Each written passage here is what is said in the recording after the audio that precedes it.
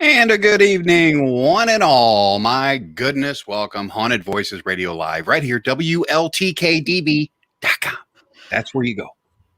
That's where you go. A lot of you folks are watching on Facebook, Twitch, the YouTube, the Twitter. Welcome. Welcome, welcome. Post your comments. We'll get them up there. I don't know. We're still getting used to this whole thing. This is the first night, Nicole, that I've had to go back to back because Kevin Mackey's back.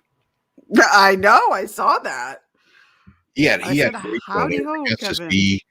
Really good stuff. All that's archived as well. You guys will see that on the website. And we have got an amazing show. Nicole and I are on part 2 of our Back to the Basics series.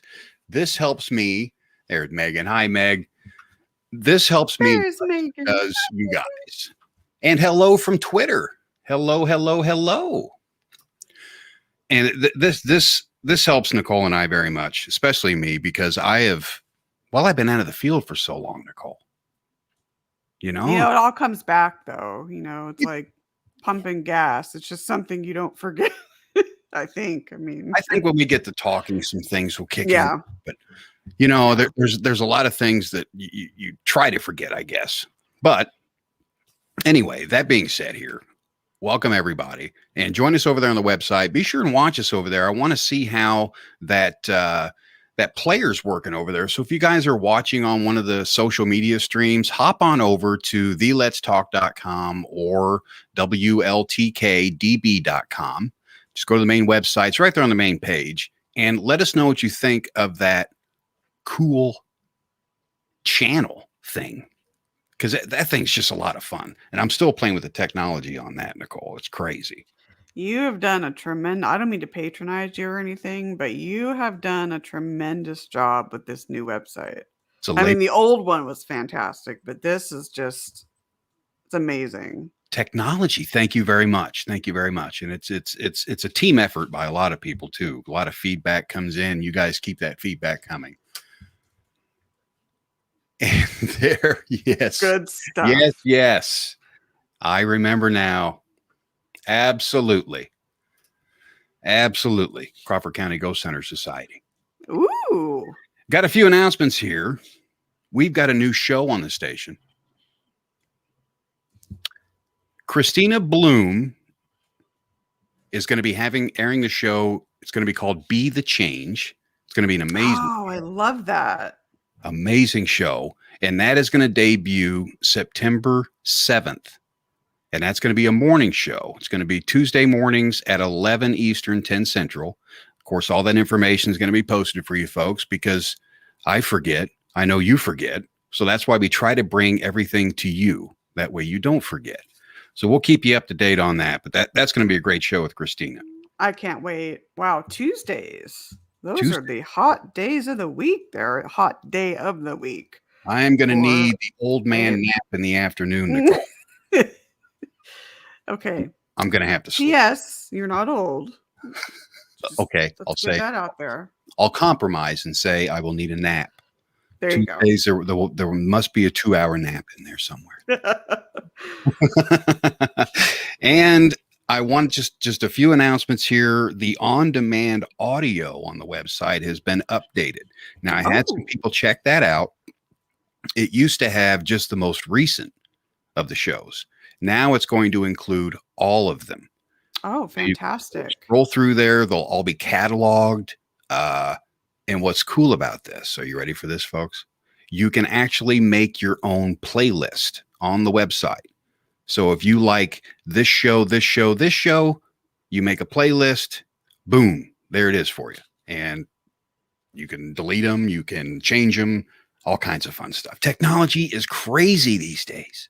Wow, it just keeps getting better and better. Well, that's what they get for giving me an Internet for Dummies book.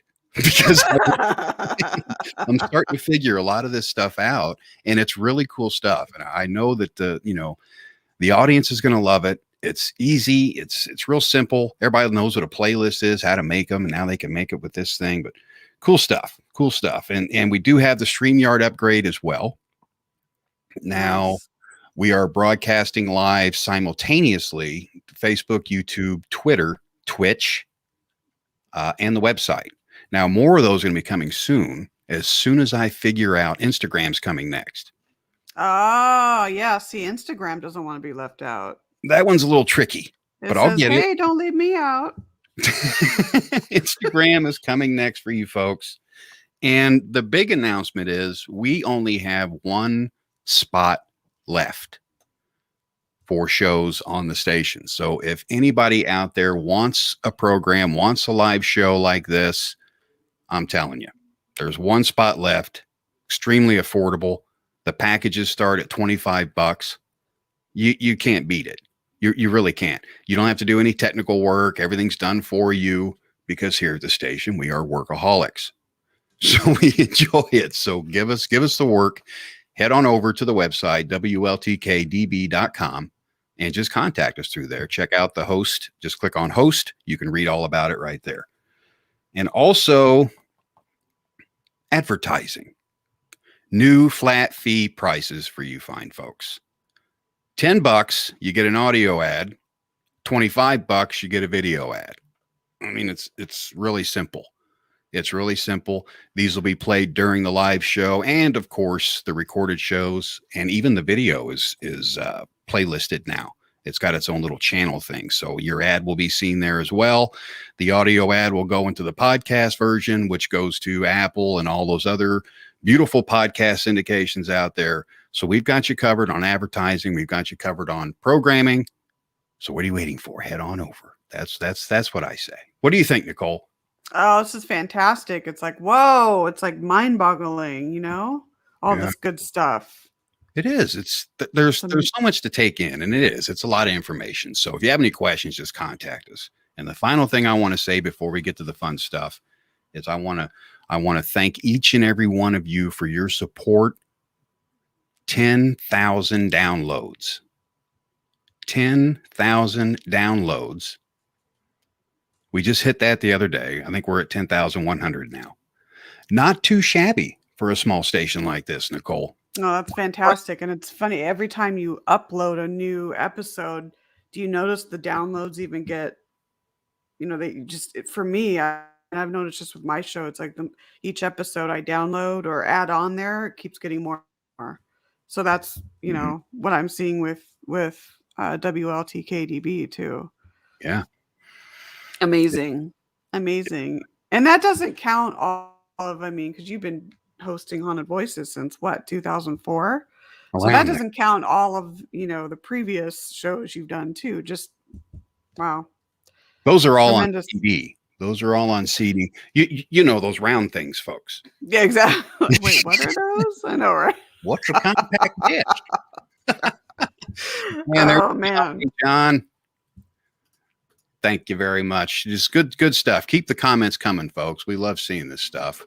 It's nice to know that Nicole and I aren't sitting here talking to ourselves. Well, that too, but no. So I have to apologize. I am so giddy tonight. My goodness. I just need to hush.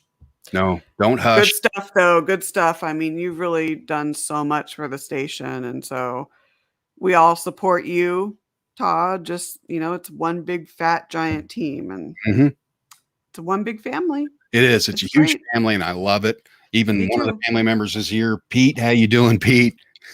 There's Pete. Hi, Pete. There's so much going on with the station. So if you guys have any questions, I invite you to check out the website. Definitely check it out. Go around, look for some bugs and things so we can get those things squashed. WLTK-DB.com. But back to the basics here. Now, tonight, we're going to be talking about some very important things, Nicole. Some basic things that a lot of people forget, and myself included. I oh my goodness. Client interviews, working with the clients, historical research. These are all things we're going to cover tonight. So if you guys have any tips, by all means, post them so we can put them up here on the screen and everybody can benefit from it. So it's very important that you guys interact just as much because there's a lot of information. There's a lot of change over the years too, Nicole. Oh, yes. It's always changing. And then everyone has their own little like methods and ways of doing things too, which is a good thing. Variety is the spice of life. Yeah, it is. It is. That's well said. And with this process, I mean, getting started, I mean, last time we talked about investigation teams and forming one and things of that nature. Now we're at the next step. Okay, we have a team. We've trained. We've educated ourselves. We've talked to veterans out there in the field and gotten their opinions. We're ready for some investigations. Now, the client. Some people don't like residential investigations. That's true. They strictly do historical or cemeteries or what have you, just abandoned buildings. Clients are tricky. We're going to get into some safeguards as well because it's important to know a few of those things. But here they are, Nicole. They have their team. They're ready. Someone calls them. What's the first thing they should do when they answer the phone? I mean, it's a no-brainer. You want to listen to the person, but what are some things that they should listen for? What do you think they should do with the client when they call? Well, I'll just kind of run down like how my team does it. Not that it's the, say all, do all, but let's say we get a voicemail from someone as opposed to, let's say, them just sending us an email. We'll talk with them. We don't want to rush them off the phone, but we'll call them back, get a little idea of what's going on. But then we encourage them, as with all prospective, I guess, clients, to fill out our investigation questionnaire form on our site. Now, it's not something that's going to take, a day to do. I mean, you just have to spend about 10 minutes and do it. And so we tell them, okay, once we receive that, that gives us a little bit more information about what's going on. Then once we receive it, let's pick another day so we can actually do a more in-depth interview. Mm-hmm. And so that's usually another phone call, and then that usually uh, leads us actually to an on-site if we feel it's worthwhile to go on site and do a full-on client interview. But you have to worry about situations too if people are maybe showing signs of like a physical illness, or maybe it's a married couple, and maybe the husband wants an investigation, but the wife doesn't, or there might be some, emotional and mental health issues and all of that, or foreclosure on the home. So it's a delicate process to weave through. Yeah. Very, very delicate. So It's tricky. It's tricky. And Pete's got a question here. Is that investigation form available for any team member to use for reference? what I found is some teams have their own forms. I know that there's forms that you can download online that are actual investigation request forms. We just kind of made our own. So if you go to our site under San Diego Paranormal Research.com, you'll go to request an investigation, and then it's just a series of questions about that site, and then other sorts of questions about what they're experiencing. So, but like I said, there's forms to download online that are just standard investigation request forms, but I see a lot of teams making up their own too, just as long as they cover all the basis, I guess. All the bases, and it's important. It's important. Yeah, You're working with a client here. You're working with an individual that has contacted you. You are their last draw. That's it.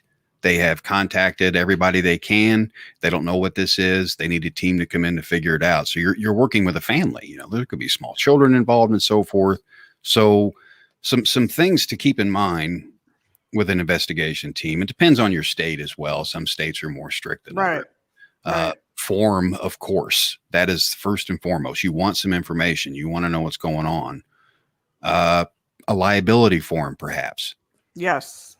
What if you're walking through the house and you trip and fall and knock over a 400-year-old lamp or something they had, and you Exactly. shatter it?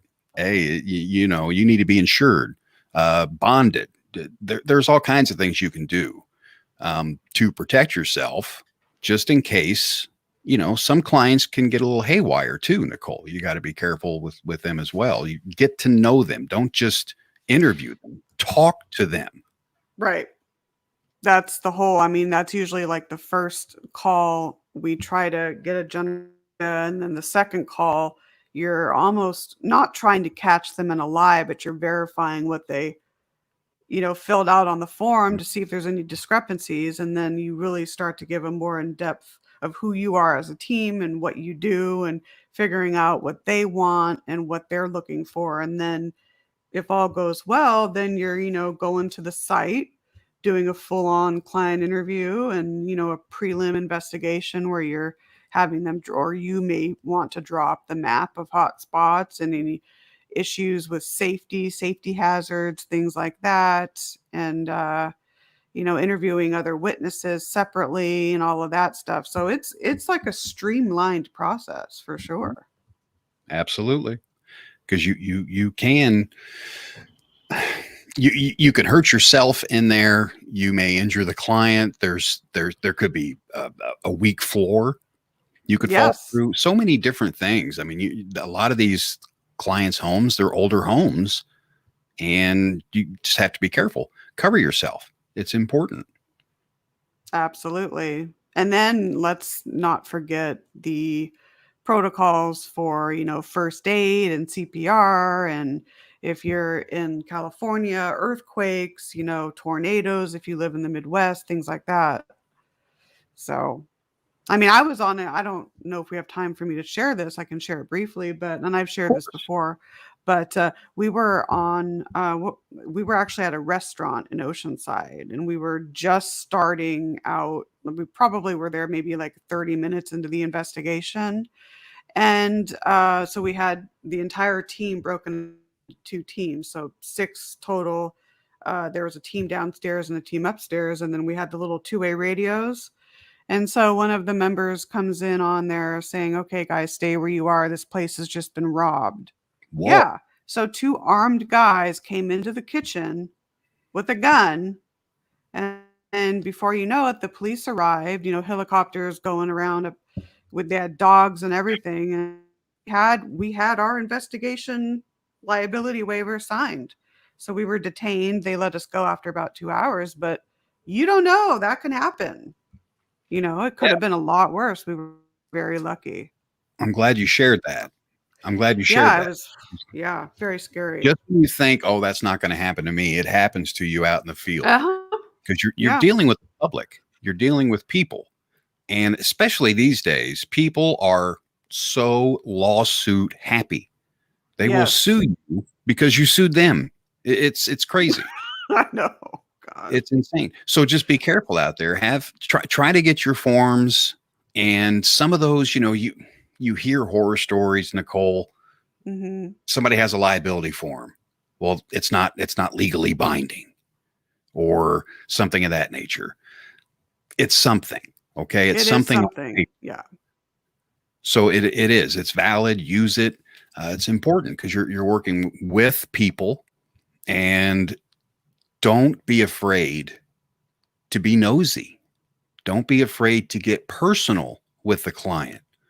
And I'm not saying sit there and preach it, stand up and make it public. Just understand that you're keeping everything here confidential, but you need to know if they have mental health problems, if they're taking medication that makes them hallucinate, Absolutely.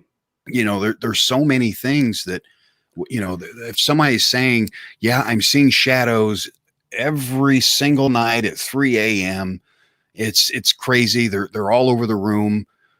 And then come to find out, they wake up at 2. Maybe they take some kind of Ambien or something to go back to sleep, or they took that to go to sleep, and they're hallucinating. You don't know. You don't know. It's okay to ask questions.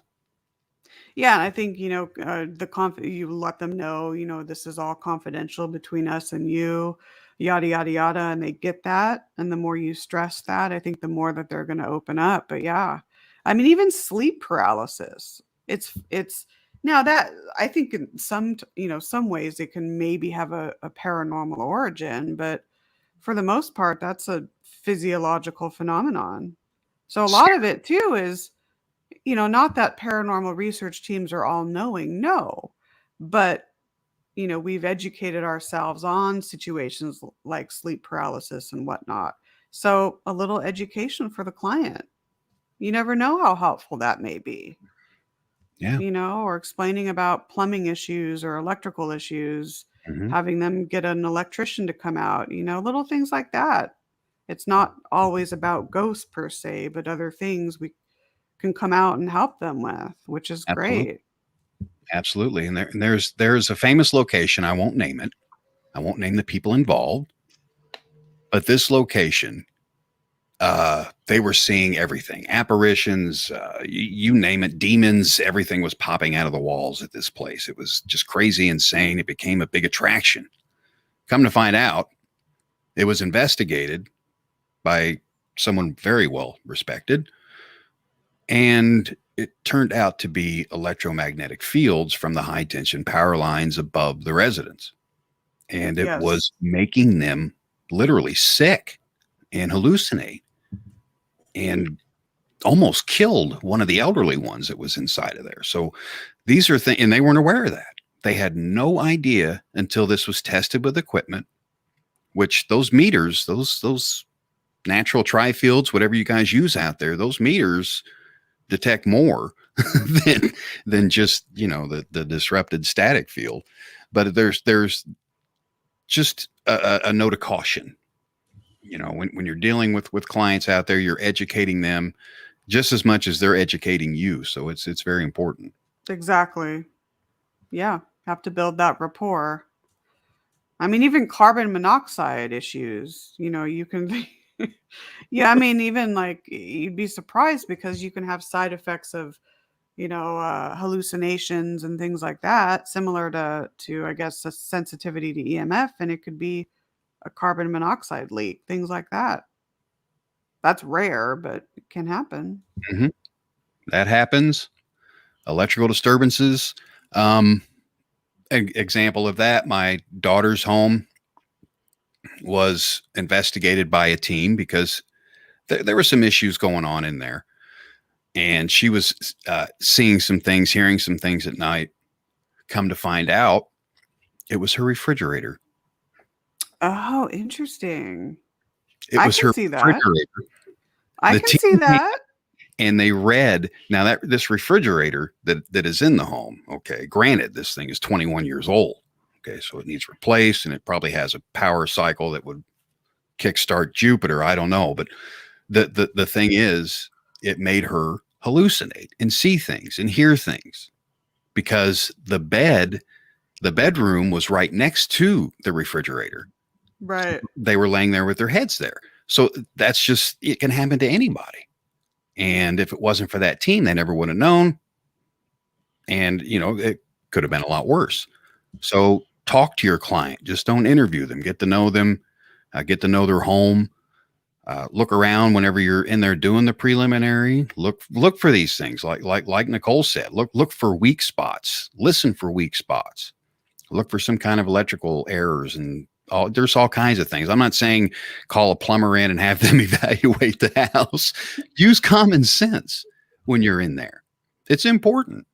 It I mean, really even is. alarm clocks. People go to sleep with these digital alarm clocks. Those suckers emit pretty good EMF, some of them. And so then, that could be an explanation as to why people are having nightmares a lot, or they wake up or they're in that hypnagogic sleep state where they're just about to fall asleep and they think they're seeing some shadow coming out at them. It could be because of that. Maybe Absolutely. not. Maybe it is. Some of those alarm clocks are powerful, folks. I'm telling the old ones, the snooze, the alarm goes off on those things. They're so old, they'll make you piss yourself. They're horrible. The signals that they emit, laying there next to your phone, the Yeah. EMF alone during an investigation is probably one of the most misread pieces of evidence because it's so sporadic. It's hard to isolate it. It really is. So just be careful and know that normally your client's watching unless you ask them to leave the residence. And some teams do that. Some teams want the client there to reenact, uh, see if they can kick off the haunting and so forth. Um, but it's up to you. It's up to your discretion. I mean, I've had it both ways, Nicole. What about you? Yeah, both ways. I think it depends on the situation. If the activity seems centered around the clients, it makes sense to have them there. If not, then I always feel weird about being in someone's house that doesn't belong to me, though. It's like, I don't. I mean, sometimes we've had clients just that aren't necessarily a part of the investigation, but they might just be in the back room or something like that. But yeah, I've had it. I mean, I've had it both ways. Have to have that permission form signed, though. Yes, sign it. Yep. I Black. mean, it's like so overlooked sometimes. I mean, even before, like, let's say you have a team get to the property, no one starts setting up anything until that form is signed. There you go. So, yeah. On that awesome note, we're going to skip off here to a break. When we come back, we're going to talk some more about this. You guys definitely want to stay tuned. Join us on the website, WLTK-DB.com. We'll be back in just a few.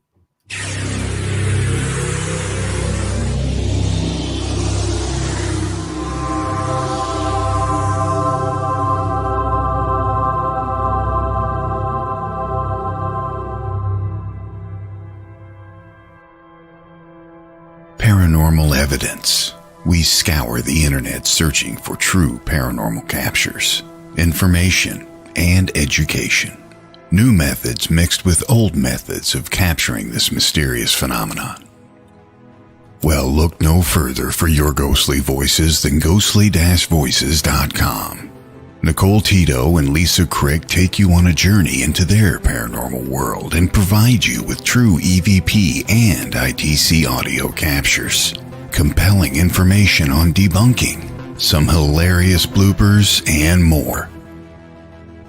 Remember, these two are veterans in the field and know how to capture the true evidence you are looking for. Ghostly-voices.com, your paranormal stop for true audio evidence. Ghostly-voices.com.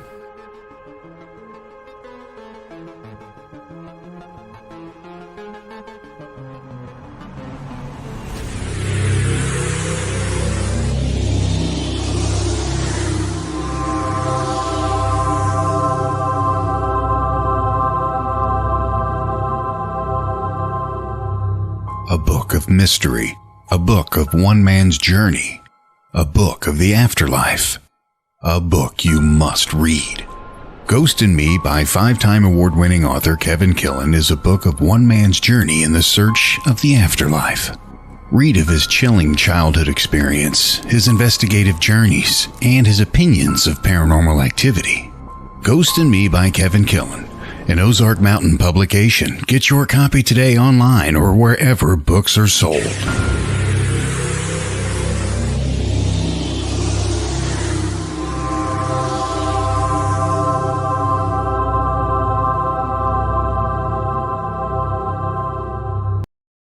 Welcome back. Haunted Voices Live right here, WLTK-DB.com. That's where you want to go. Listen to us, watch us. You can do whatever you want to do there on the website.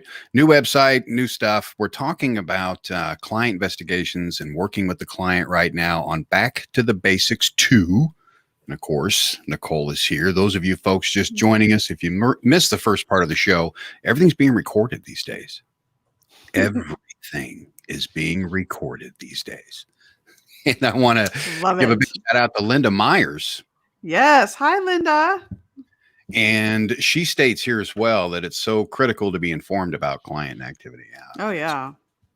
So many, and we even have Boris over there in Germany. Hello, Boris. Welcome. I know you're probably tired, my friend. Thank you for hanging in there.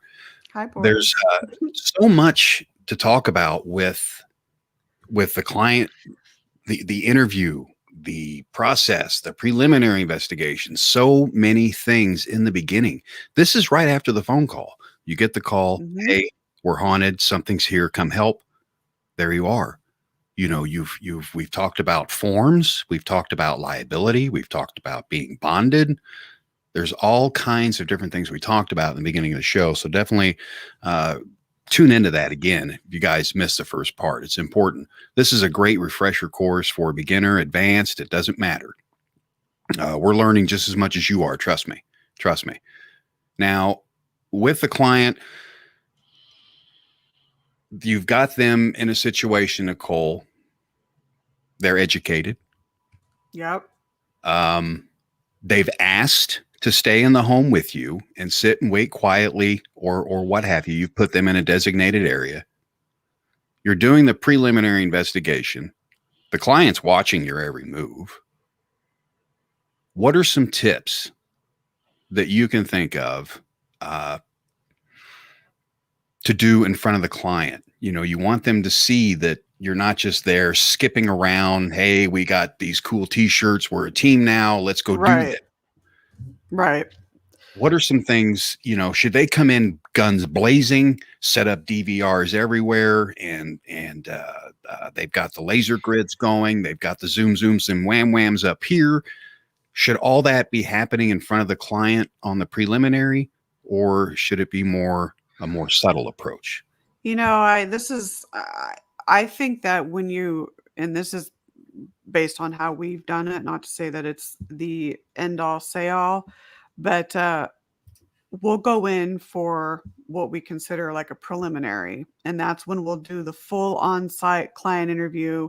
If there's other eyewitnesses to be interviewed separately, we'll do that.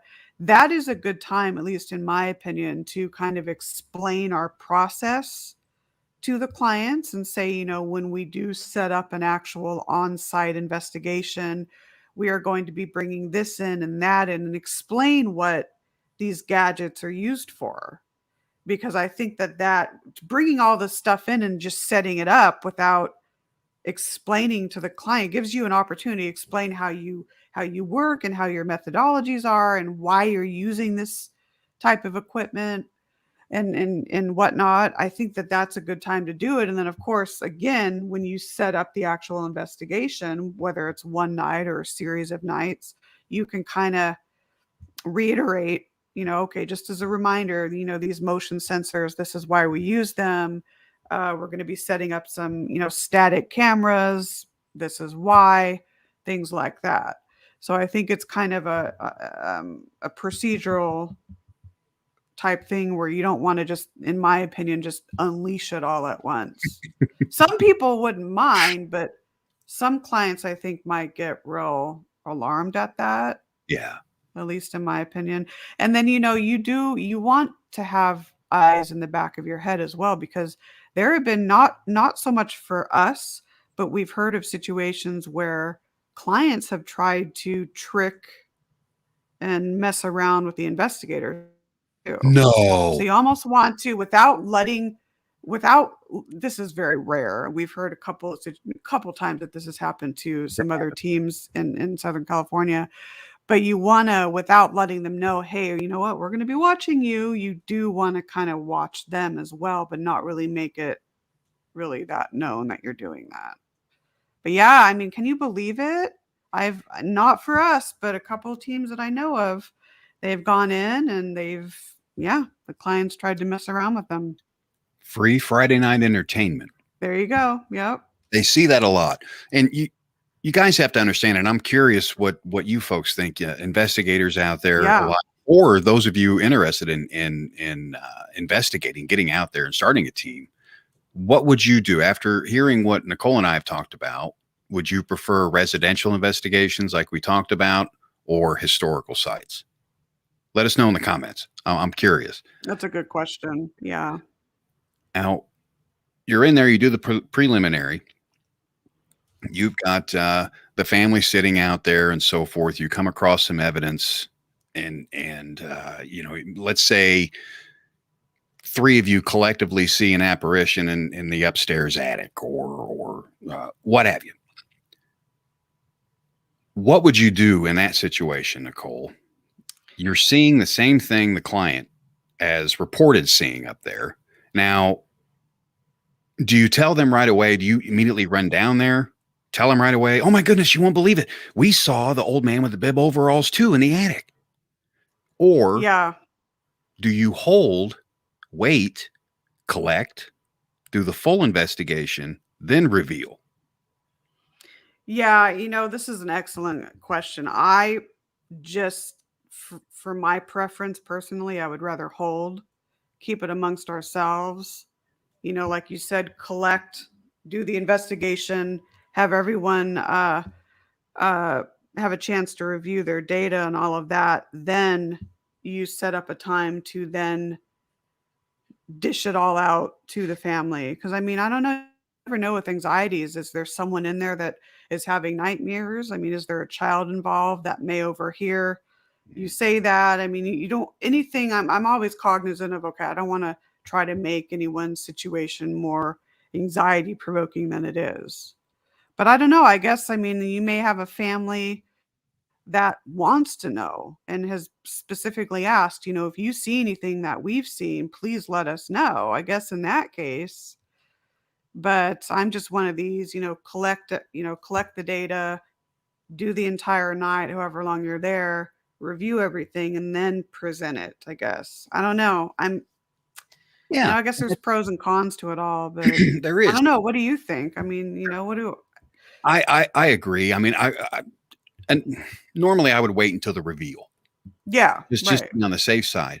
But let's Right. say you have a family that, like I said, you are their last resort. They are so stressed out. They think they're crazy. They think they're seeing things. So pulling one of them aside and saying, "Hey, just letting you know we were upstairs. Three of us did see the same thing you did, but we haven't validated that yet. Just letting you know that we did see something." And then they're going to go, "Oh, thank God. I'm not the only one." Right. So you give them Exactly. that instant relief, but yet it's not on paper. So Right. Right. because there's a lot of different things that can go astray in a house. You don't know. But Yeah. You don't. again, you want to educate, talk to the client. It's important. So you have the preliminary. You go in there. Maybe you do a few recordings. You capture something. You deem the place to be active, and it warrants a further investigation. So you tell the client, you set up a time, right, and then schedule the full investigation. Now, with this, I think the only thing you're you're doing a full investigation, okay? We're talking maybe you have DVRs going, maybe you have all your zooms and whams out. You are ready to go. You've captured everything that you can. You keep in mind you've done a lot of EVP sessions in there, so you have opened the communication with the spirits inside there by doing so. Um, can that create a worse haunting? Can Yeah, that make the yeah. haunting worse? That's You know, that's something to think about. what do you Absolutely. do after that, Nicole? When the investigation's done, you have done your sessions, you have captured some things on video, you've got all kinds of great evidence, and the client is happy that you've seen the same thing they have. You pack all of that equipment up, leave, and the client's back to their normal lives, but now they have a severely active home. Right. Why? Yeah, I mean that this is excellent to talk about. I think, this is where and we actually will say, just so you know ahead of time when we're in the process of deciding to even pursue an investigation, which is not just our decision, it's a collective group decision between us and the client.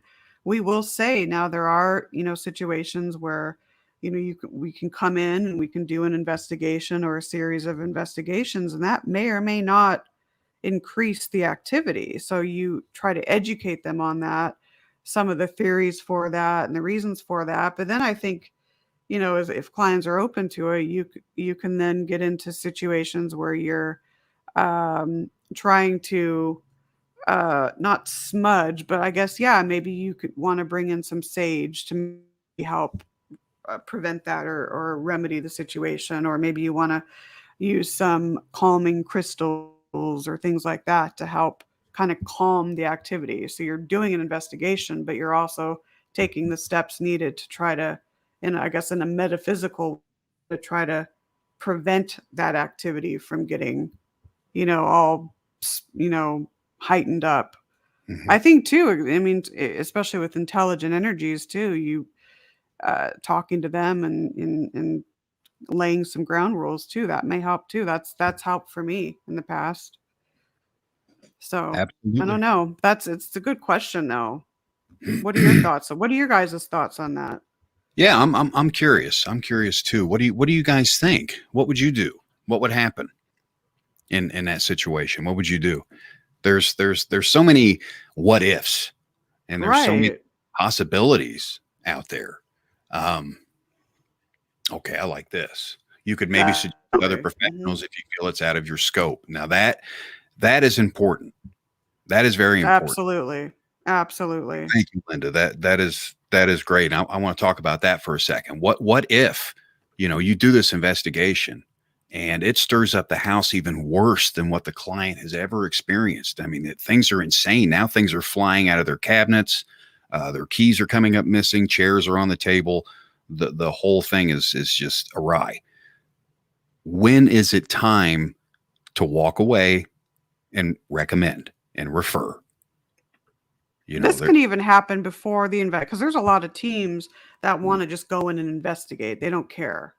So they would, not be conscientious of the client's needs and they just want to find a house to go and investigate. Most, you know, conscientious teams aren't like that, but you get someone new to the field that is just all about investigating and ghost hunting, they may overlook a lot of these client needs. And so this is something that in your client interview, you may deem an investigation's not even really warranted and maybe they need a shaman. Okay, great. Refer out, Yeah. So If they say, "Hey, every night at 3 a.m., we smell this stench of sulfur or whatever, mhm, it's getting too religious for you," back away. Know when to back away. A good team exactly. knows when to stop, when to back away, when not. You're not a failure for doing that. You're doing them a favor. You're doing your Absolutely. favor. Yeah, there's a lot that can go into one of these and they can go sour really, really, really quick. So Oh, yeah. you've got to use your common sense in there, folks. Um, trust your senses more than your equipment.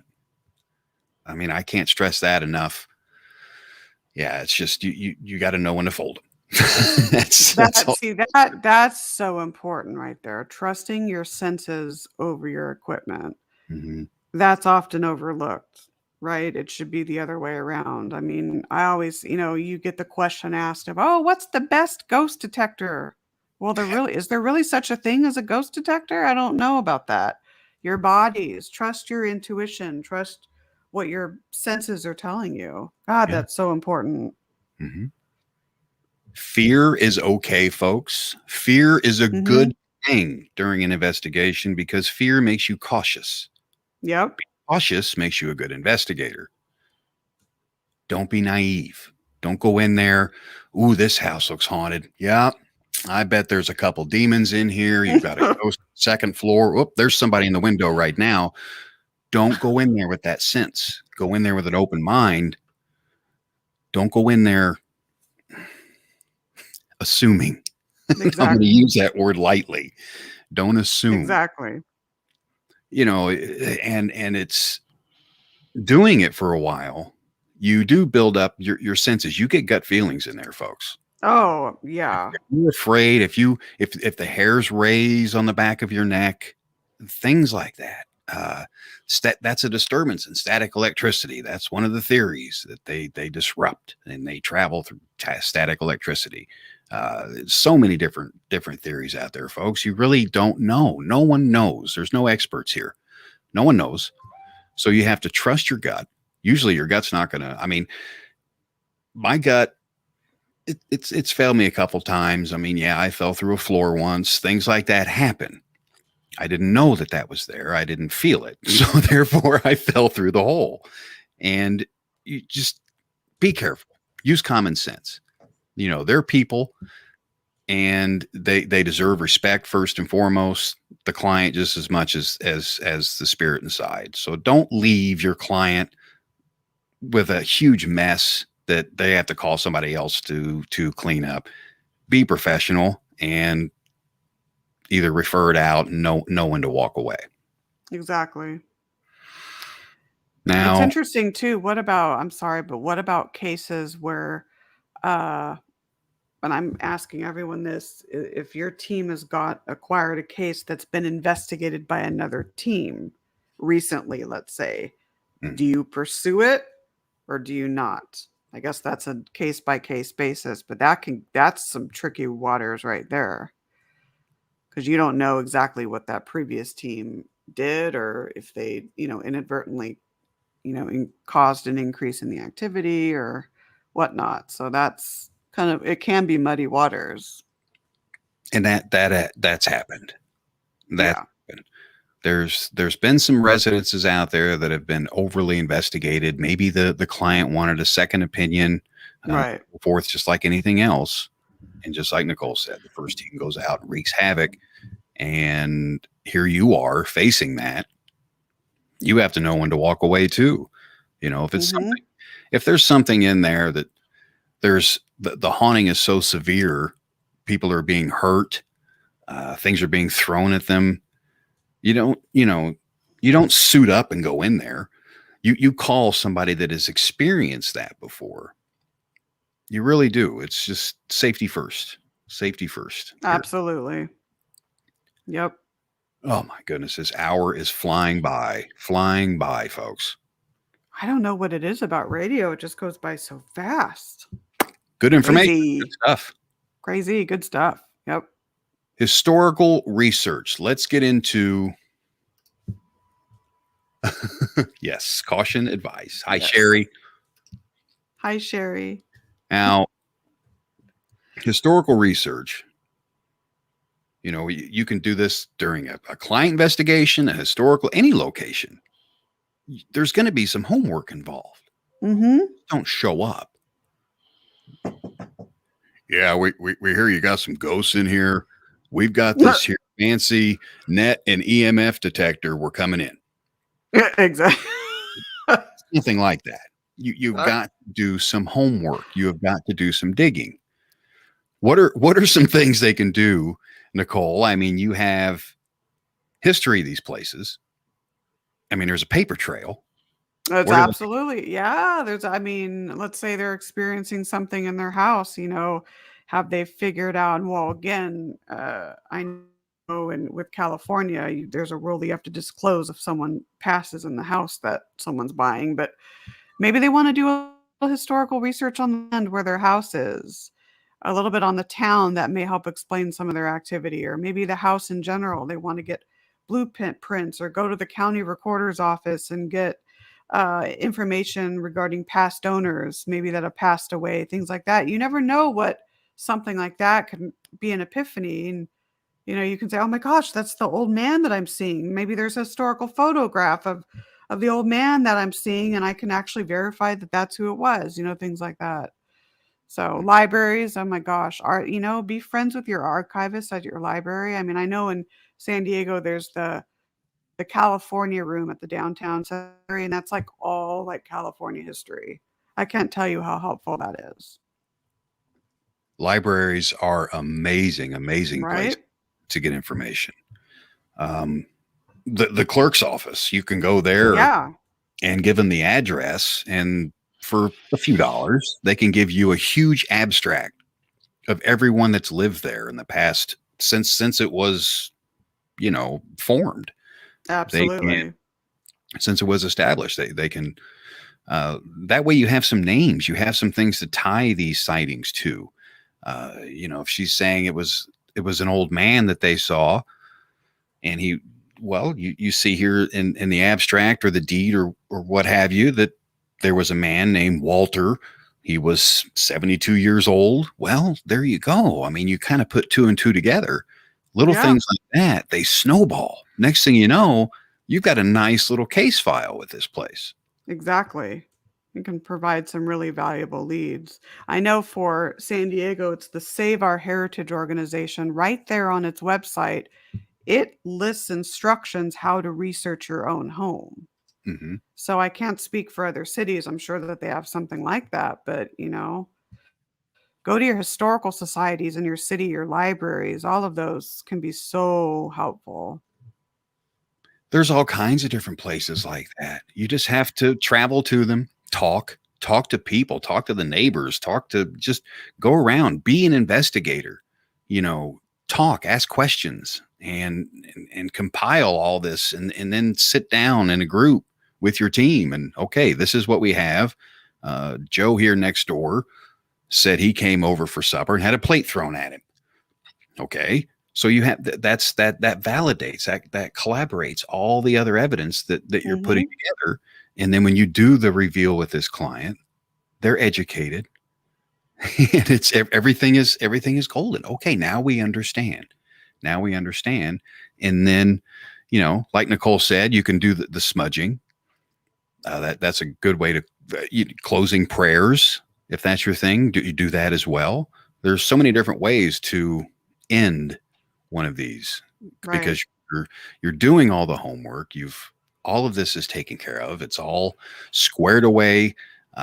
You know, you have everything ready to present to your client, and there's finally some understanding. And that's, I think at the end of the day, that's what it's all about is educating, relieving. I think relieving is a big word for the client because they're terrified.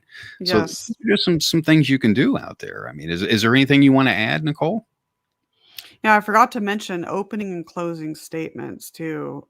We do that where we'll have like an opening statement for us that kind of just sets the tone for the investigation. And when it's done, a closing statement to kind of wrap things up.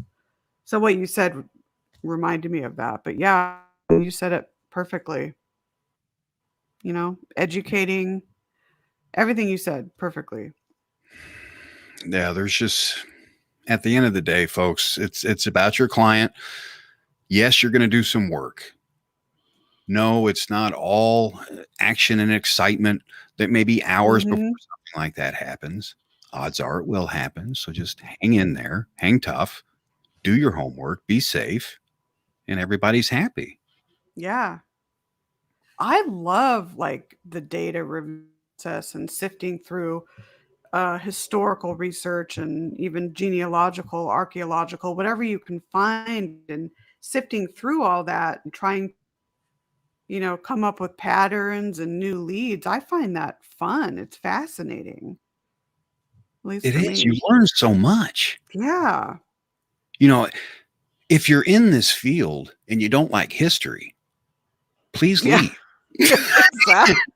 Yes, thank you. Exactly. Oh my gosh, please. Yes. You Goodbye. love history, and I know it's not a good practice to live in the past. You're not living in the past. You're using it as a reference, is what you're doing. Exactly. Yeah, that's well said. I love that. That's perfectly Using said. it as a reference. Yeah. So there's so many different things. I want to give a big shout out to Michelle LeBaron. She's going to be coming on Pete's show here coming up at 11 Eastern, 10 Central. Perfect. Hi, Michelle. Awesome. That's going to be great. Yeah, and with this the series, Nicole, I'm really enjoying it. I mean, I learned a lot. Me too. Because you are still an active investigator, and I live vicariously through people like you because I can't do it yet. Just hang in there. I can't do it yet, but it's important because things have changed so much over the years, and I took a little break, and some things have changed, other things remain the same, but still, I mean, at the end of the day, it's about being safe, going out there, screwing up and learning something, getting some good evidence, and relieving a client, making them understand that they're not alone. There's other people out there that have the same problem. They see these things too, and they're not crazy.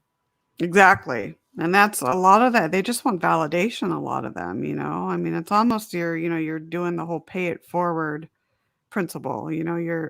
We're all here learning from each other. No, no man is an island. A team is a team. Everyone's input matters, but you're there for the client and you're trying to help them make sense of what's going on. To me, that's an honor. I don't take that lightly. So I want to do my best. So yeah, there's just so much out there. And if you guys have any questions, email Nicole, email us at the station. We'll be happy to answer them. And if we can't, we'll put you in touch with somebody that can. There's a lot of people out there in this field, and this community is ever changing. It is bonding. People are coming together. I am seeing more and more sharing. I'm seeing people, when someone posts something or does something incorrect, I'm seeing other people correct them. I'm seeing this, and it makes me happy. Yeah. I want to see this field work together. Me too. And one thing I want to stress is paranormal just doesn't mean ghosts. Okay. Paranormal is all encompassing. That's exactly right. Crypto, all of the above, metaphysical, it's all not in the norm. So don't judge, and don't try and separate yourself too much. Everybody just needs to work together. And there's going to be some disagreements, but we're all mature adults now. So we can agree to disagree, right? That's exactly it. Yeah, it's that simple. But my goodness, this time has flown by, and I want to thank every single one of you for taking time out of your busy schedules to listen to us tonight. The basic series, and we're doing this again next month, right, Nicole? Yeah. I don't know exactly what the topics are yet, but we'll figure that out. I love this series. This was all your idea, so it's a great series. Well, I wanted this series to help me as much as it helps them, because I forgot a lot. But it's okay. It's coming back. It comes back. It's in there. It just needs to come back. It's like riding a bike. And a lot of you researchers out there, if you've been stale in the field for a little while, hang in there. Chopper's coming. It'll get better. Chopper's coming. Chop, chop, chop. But we've got some cool stuff coming up here. We've got Paranormal Pete coming up in an hour. He's going to be coming up live for you folks in an hour. Guest Michelle LeBaron. You definitely do not want to miss that show. Michelle is a sweetheart. She is a wealth of knowledge. She is hilarious. She is hilarious. So she's going to be coming up here. And Nicole, tell them about your show, what you got going on this Thursday. So Thursday, I'm having Lon Strickler on. So he's an author of many books, and then of the Phantoms and Monsters blog, syndicated blog. So it'll be good to talk with him. I've been on his show a few times, and so it's great to have him on mine. So we're going to be talking some cryptids, things of that nature on Thursdays. So yeah, it's going to be good. Well, I'm excited. And all of you folks, thank you very much. Thank you, Megan. Thank you, Linda, Michelle.